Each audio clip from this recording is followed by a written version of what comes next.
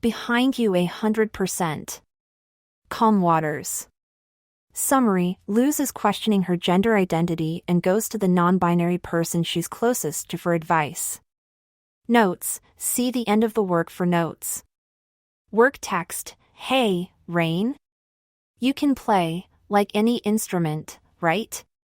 Rain nearly hit their head against the top of the cabinet they were looking into as they heard Luz's voice from behind them. They turned around, crossing their arms to their chest, as they saw the expression on the kid's face. Whatever you're leading up to, no. Ida and I have tortured Bump enough for 2 lifetimes, the man needs a rest. No, I'm just curious, Luz said, bouncing on her toes. Her fingers were digging nervously into the end of her shirt. Yes. I can play every instrument known to the Boiling Isles. There are some differences in the human realm though, I'm sure. Also, I'm not very good at a few. Luz nodded, bouncing on her toes again. Rain turned back around once she had walked off. Luz had been a bit more jumpy than usual lately. Rain had originally attributed it to the flu they were all still getting over. They still couldn't walk long distances without wheezing, which was immensely annoying. But this seemed deeper. Luz? They called. She poked her head back into the room. Yeah.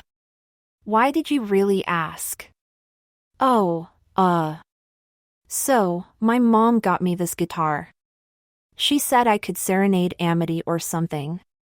And I have no idea how to play it. YouTube isn't being helpful either, all of the people in the videos talk too fast and have weird beards. Fair enough, Rain laughed, I have 2 GUI scars. Is that the same concept? Luz gave them a blank look in response. Oh, right. It was probably better if she saw one. They motioned for her to follow them and left the room, the 2 cutting through the living room. King and Ida quickly hid something behind their backs as they walked through and Rain didn't question it. They really didn't want to know. Luz followed them to the spare room that had mostly turned into Rain's music room, with a section in the corner for King's ever-expanding stuffed animal collection. Ida had been working to rebuild it for him since most of their things had been confiscated 4 months ago. Rain lifted up the GUI scar they favored out of the 2 they had, smoothing their fingers against the wood on its front. They held it out toward Luz after a second. She tilted her head. Yeah, that's basically the same thing. Other than the teeth in the whole thingy. And the eyeball. Is it alive? In a manner of speaking, yes. That's why it's important to respect your instrument. Lesson 1, Rain winked, Luz letting out a high-pitched noise of excitement, tapping her feet against the ground. Rain lightly strummed the strings. Does it sound the same as a guitar? Yep. Basically the same, I think. Whoa. I haven't been in here in a while. How many instruments do you have? She spun around in a circle to properly see the whole room. There were a number of instruments in their protective casing around said room. Stray sheets of music were also scattered across the floor. 32, Rain said, I've kept every instrument I've ever had. Even the ones that really aren't performing very well anymore. Oh, Luz scanned through the selection of string instruments they had, her eyes widening as she spotted the smallest one. Ah. It's a little baby violin. MHM. I used that from 2.5 to 5, I think. My father's had it made specially for my size. It's adorable, Luz grinned, sitting down in one of the chairs placed randomly around the room. Rain sat beside her, passing her the GUI scar they were holding at the moment, getting out the second one for themselves. So, do you want to learn? Yeah. Luz awkwardly held the GUI scar, Rain correcting her position with their hand. They talked about the instrument for a little while, then showed her a few basics. Rain had taught for the Bard Coven once, in an attempt to gain the precious status they needed to rise through the ranks and make change. Luz was a type of student that was few and far between, they knew. She wasn't the most naturally talented when it came to music, but she tried harder than anyone Rain had ever known. And her spirits stayed high, even when her fingers were slipping and her fingertips were likely burning. "How's this?" Luz clumsily played a few chords close together, her tongue sticking slightly out of her mouth as she tried to concentrate. Rain smiled. "Excellent." "Thanks." Luz put down the instrument to give her fingers a break, waving her hands around for a few moments. Then she looked down. "Is there something else you want to talk about or go over?" Rain asked. Luz said with a wave of her hand and an attempt at a laugh. "You've seemed a little off lately." "Oh, it's not that important." Rain raised an eyebrow in response. "I've got time. You can talk to me." "Okay. Can I ask you something personal?" "Go ahead." "How did you know you were non-binary?" Rain tilted their head in response.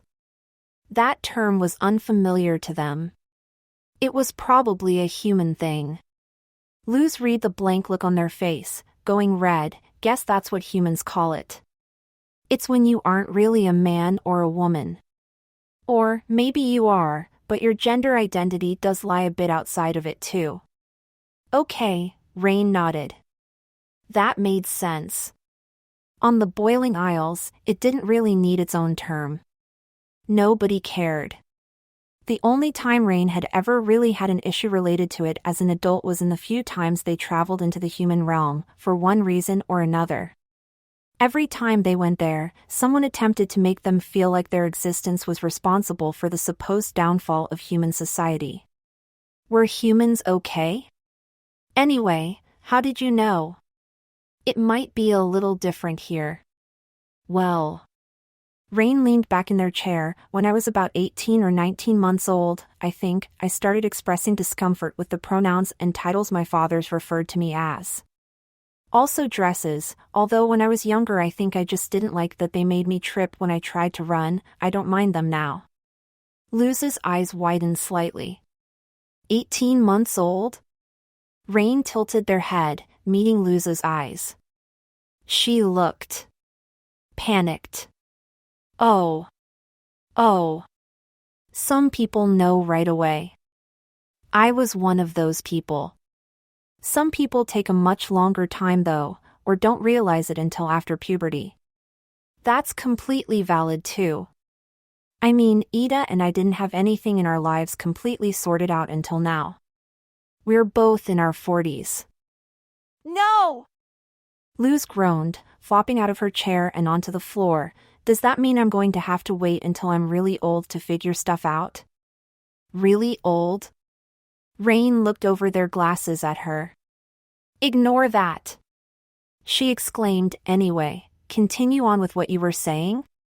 Okay. My fathers realized that something was different once I was old enough to vocalize it properly, but they just thought I was a boy instead.